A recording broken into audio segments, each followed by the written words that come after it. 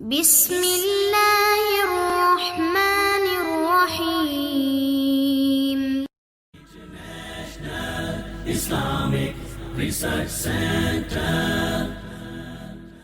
رسول اللہ صلی اللہ علیہ وسلم نے فرمایا ان قول لا الہ الا اللہ تدفع عن قائلها 99 من البلاء ادناها الہم.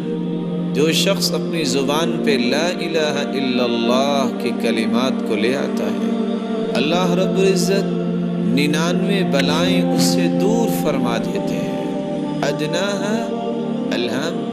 ان 99 بلاؤں میں سے سب سے چھوٹی بلا غم ہے جو اللہ رب العزت دور فرما دیتے ہیں. اور آج انسانیت غم کو سب سے بڑی مصیبت سمجھتی ہے. اس سے پتہ یہ چلا کہ اگر غم سب سے چھوٹی مصیبت ہے تو 98 غم سے بھی بڑی مصیبتیں دنیا کی دور ہو سکتی ہیں اگر انسان لا الہ الا اللہ ان کلمات کو اپنی زبان پہ جاری کر لے. اور رسول اللہ صلی اللہ علیہ وسلم نے یہ فرمایا تھا افضل الذکر لا الہ الا اللہ.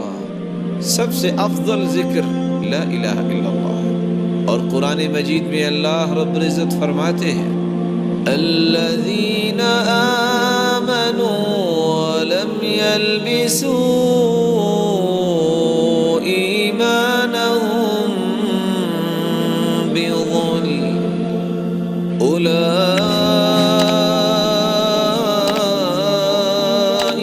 لهم الامن وهم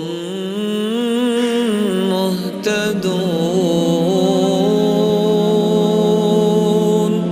الذین آمنوا وہ لوگ جو ایمان لائے ولم یلبسوا ایمانهم بظلم اور وہ اپنے ایمان میں شرک کی آمیزش نہیں کرتے توحید کو خالص کرتے ہیں اپنی زبان سے بھی اس بات کا اقرار کرتے ہیں کہ اللہ ایک ہے اور اپنے دل سے تصدیق کرتے ہیں اور اپنے اعمال سے ثابت کرتے ہیں کہ ہم اللہ رب العزت کو اپنا مالک و خالق مانتے ہیں وہ یکتا ہے.